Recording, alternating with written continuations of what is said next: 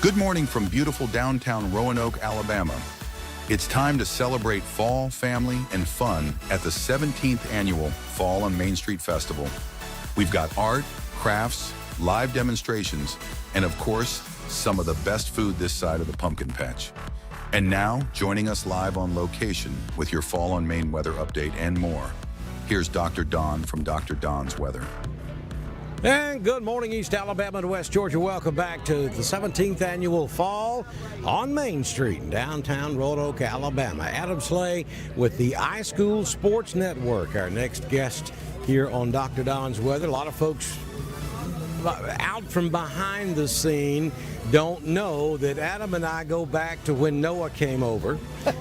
And we've been involved. We've worked with each other in some shape, form, or fashion for, golly, Adam, since 1992. Yep, 92. It's been a long time. Currently, of course, Adam took over the iSchool Sports Network when we unfortunately lost Wes Kinsey, and has really been doing a fantastic job with the network. COVID kind of, you always look for the silver lining in every cloud. And even in COVID, there was some positive things that came from it. Kind of forced your hand to go video with iSchool Sports, and now you guys on home games every Friday night with the 4 Randolph County high schools. You do video, and you do a phenomenal job with it.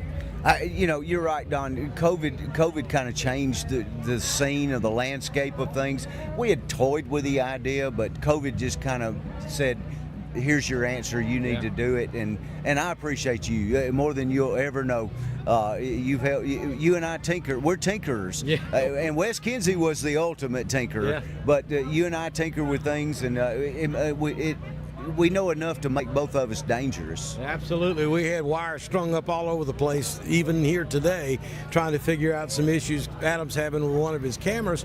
But it's fun also because you and I both love doing that kind of stuff. We love our community, and even though I don't live here anymore and have been gone, golly, it's been 15 years since I left, which is hard to believe. It seems like it was just yesterday.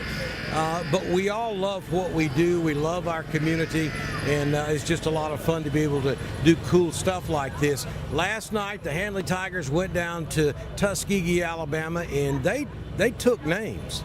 They really did. I think the Golden Eagles kind of made our Tigers a little bit angry. There was a lot of yin-yanging before the game, I think. Yeah, and that's what we live in, the day of social media, where they see things. Back in the 80s and 90s, you didn't have this. You had a sign hanging from a bridge, maybe. Exactly, or the coaches were the ones that put the wreaths on the door at the field house. Yep. But there was a little yang going on, and unfortunately, it kind of marred that football game. It became a penalty fest, and there was some fist swung and stuff, and instead of lining up, teeing it up, and whipping somebody at the line of scrimmage. Right. But Handley came away with a big winner. Every school in the county were big last night. That's right. And Coach Kevin Smith for the Woodland Bobcats was just through here. Yeah. Yesterday was his birthday. Wow. And Woodland won big over Donahoe 55-6, I think was the final score. Yeah. And it was his birthday, so he got a birthday present, but he also stamped the Woodland Bobcats into the postseason as the number 4 seed. All 4 teams from Randolph County in the playoffs this year. And as I said earlier, that doesn't happen every year, so it's pretty special to have all 4 schools in the playoffs, at least the first round. Hopefully all of them. Yeah, it's been a while, and I can't remember the year. We tried to look it up, and it's been back at least 4 or 5 years since all 4 teams have made it. But you got 2 number 1 seeds, Wadley and Handley. They'll play at home the first round, and then Randolph County, a big winner over Beulah last night. They clinched the 3rd seed in Region 4 in Class 3A, so they'll have to travel to Thorsby, and then Woodland will make a trip across the state as the 4th seed, and they're going to Chuck Markham land. They're going to Hubbardville. Yeah, cool. So I listened to you guys last night and watched the Wadley game, and just impressive stuff. And what people don't understand is you don't You don't just show up at a football stadium with a microphone and a camera and do this.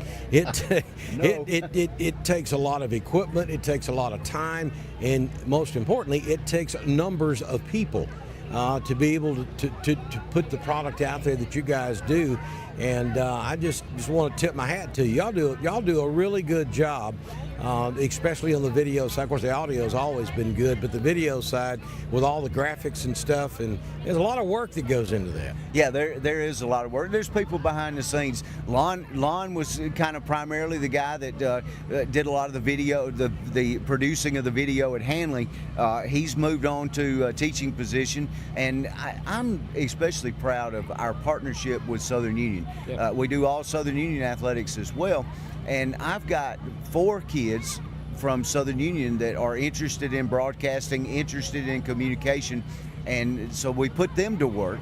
And not to mention, I got 4 or 5 softball players from Southern Union that actually run the cameras for me and stuff during the basketball season. So we've got a tremendous partnership with them, and then I've got some students at Hanley that have come aboard that want to learn and everything, and Don, that's kind of the thing about me, is teaching people for the future. Right. Because you and I we're getting there. We're dinosaurs, and finding folks to carry on what we do, and that's what's important to me, and passing it along to the kids. Absolutely. Well, congratulations on what you guys have been able to build over the years with the iSchool Sports Network, and again, we work together.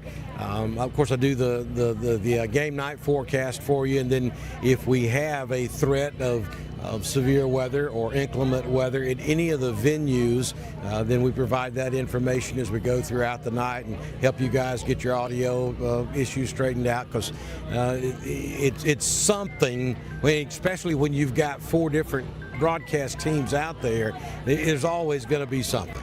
Well, and I can't thank you enough, and you'd be surprised how many folks will call me on Wednesday or send me a message and say, hey, has Don done the weather yet? I want to know what to wear Friday night. Yeah. And, we live in the South, so it can go from 80 to 30 in 30 minutes. So, absolutely. And I can't thank you enough, because I think that's a neat part right before kickoff for everybody to know what the game night weather forecast is going to be. And you're incredible. What you do is incredible, and you are a vital part of Randolph County still. I don't care if you live on the moon.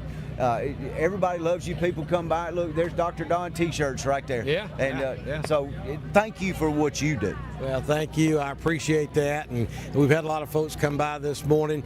Good morning. How are you? Good.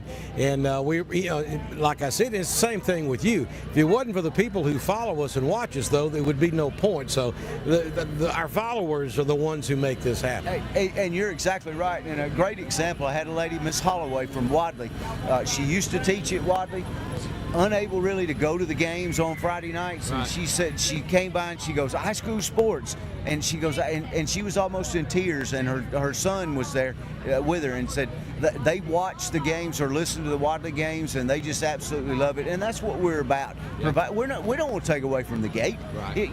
We want to provide a service for people that can't go to the games, and we have a lot of alumni. Maurice Wright. Oh, yeah. Maurice happened to be at Booker T. Washington last night. In Wetumpka, Alabama. He still lives in Wetumpka. He still lives in Wetumpka. Yeah. He's a Hanley alum, but most of the time he can't get to the games. That's what we're there for. Yeah. People that can't come. But and look, when we set up in the stands, Chris May and I thrive on that. Yep. Is being there with the crowd. We want a lot of people to go. Absolutely. And I was the same way when I was doing high school football.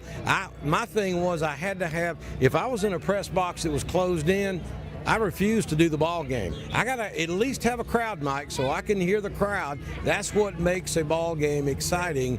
And so I understand we need more people to come to the games, and that atmosphere is what gets those kids out there, and the band and the cheerleaders and everybody that works so hard really fired up. And that's the 12th man, as A&M says. That's exactly right. And I got to tell a funny story about you.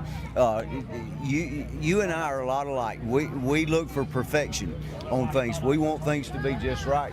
And I was talking to somebody, and I'm not going to mention their name, but they said, "Man, you're like Don. You want to show up at the game. If it don't start till 7, we got to be there at 1 o'clock so we can have everything perfect." And you know who I'm talking about.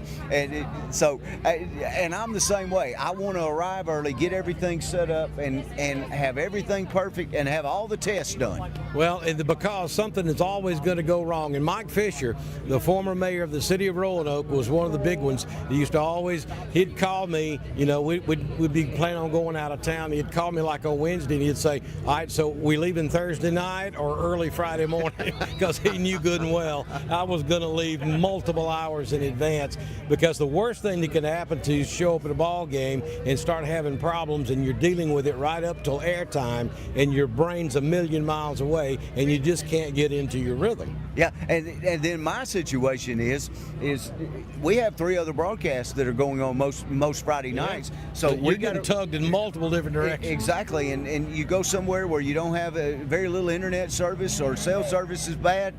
You got to fix things and make things right to get on the air. And so I try to get there early, and I try to get set up, and I know you were the same way. And but that's what makes it fun. And that's another thing that you help us with on Friday night that people don't know either, is you're set up in your studio and you're ready to listen for the test, for the video test and everything.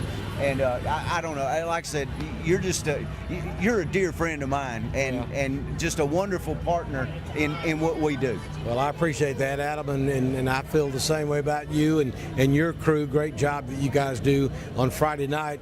Football, high school football in particular, is my number one first love. Always has been, always will be. I love doing the weather. I love doing the severe weather coverage, and we'll continue to do that as long as the good Lord will allow it. But my first number one love is high school football. Second is Auburn. There's just nothing like sitting in that stadium and painting that picture to the folks who are listening, and getting and being part of that excitement in high school football is just the best there is, in my opinion.